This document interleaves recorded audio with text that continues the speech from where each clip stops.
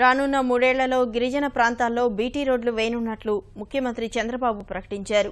విద్యా, వైద్యంతో పాటు పరిశుభ్రత పరంగా మన్యం ప్రాంతాలను అన్ని విధాలా అభివృద్ధి చేస్తామన్నారు.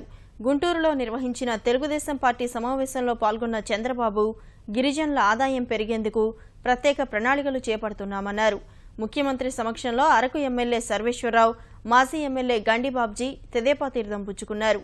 అభివృద్ధిని కోరుకుంటూ పార్టీలోకి వస్తున్న వారిని సంతోషంగా ఆహ్వానిస్తామన్న చంద్రబాబు అరకు శాసనసభ్యుడితో పాటు వచ్చిన నాయకులు, కార్యకర్తలకు కండువాలు కప్పి పార్టీలో చేర్చుకున్నారు.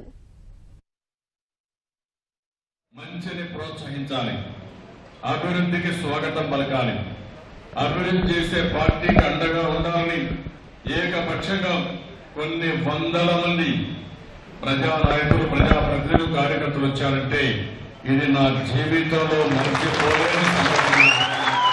ఈరోజు ఇన్ని కష్టాలు ఉన్నప్పుడు మీరు ఒకసారి చూస్తే నేను రాష్ట్రం అంతా అభివృద్ధి చేస్తూనే మన ఏజెన్సీ ప్రాంతానికి కూడా ఒక నిర్దిష్టమైన విధానం ఇచ్చాను. అరకు, పాడేరు 2 ప్రాంతాలు కూడా దేవునిచ్చిన వరము.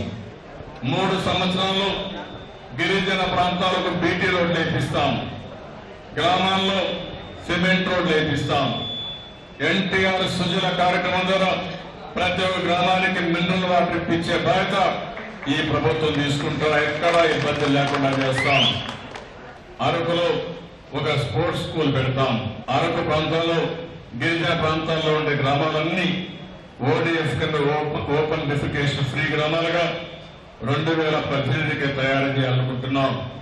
ట్రైబల్ మ్యూజియం విశాఖపట్నంలో పెడతాం. మరొకసారి ఈ కార్యక్రమానికి వచ్చిన మిమ్మల్ని మనస్ఫూర్తిగా పార్టీలు చేస్తున్న మిమ్మల్ని అందరినీ కూడా పేరున అభినందిస్తూ మరొకసారి స్వాగతం పలుకుతూ మీ అందరికీ ధన్యవాదాలు.